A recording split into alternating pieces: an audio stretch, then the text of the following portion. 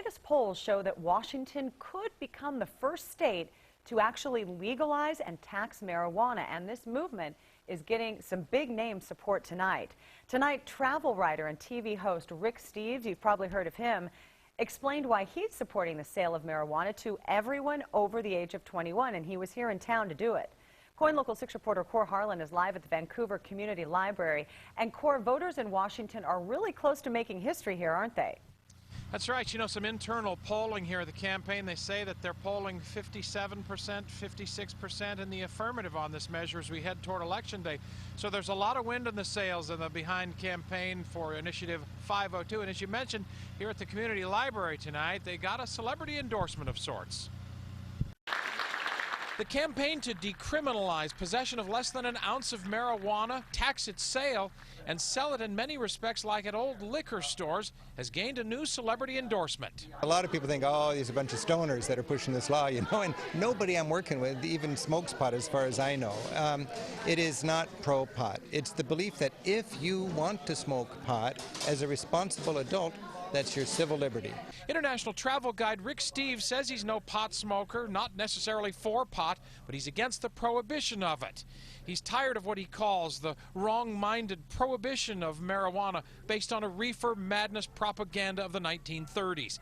And he says it'd bring a huge underground economy onto state tax rolls.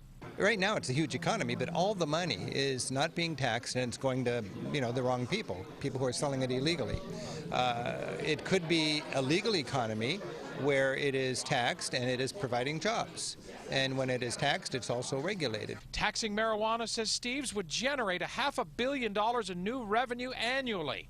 It'd be kept away from kids under 21, and smoking pot and driving stoned would be treated a lot like drunk driving. And that's the beautiful thing about this law. It takes the crime out of the equation, the money and the violence out of the equation. It brings us credibility, it brings us resources to teach our community about the danger of serious drug abuse, and it lets adults who are responsible in the privacy of their own home enjoy the civil liberty of smoking a little marijuana if they want to.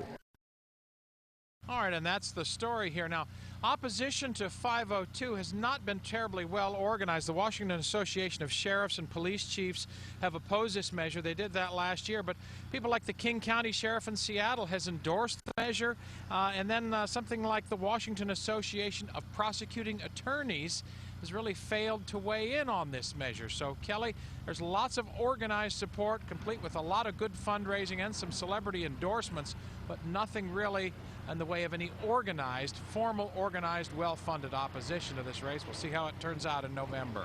Reporting for you live tonight in Vancouver, Cor Harlan, KOIN Local 6. Thanks, Cor. Interesting subject. And stay with KOIN Local 6 for continuing coverage of Election 2012. Of course, we'll have the latest for you on air and online. And friend and Facebook us as well. Twitter, you can get updates as well right there on your news feed.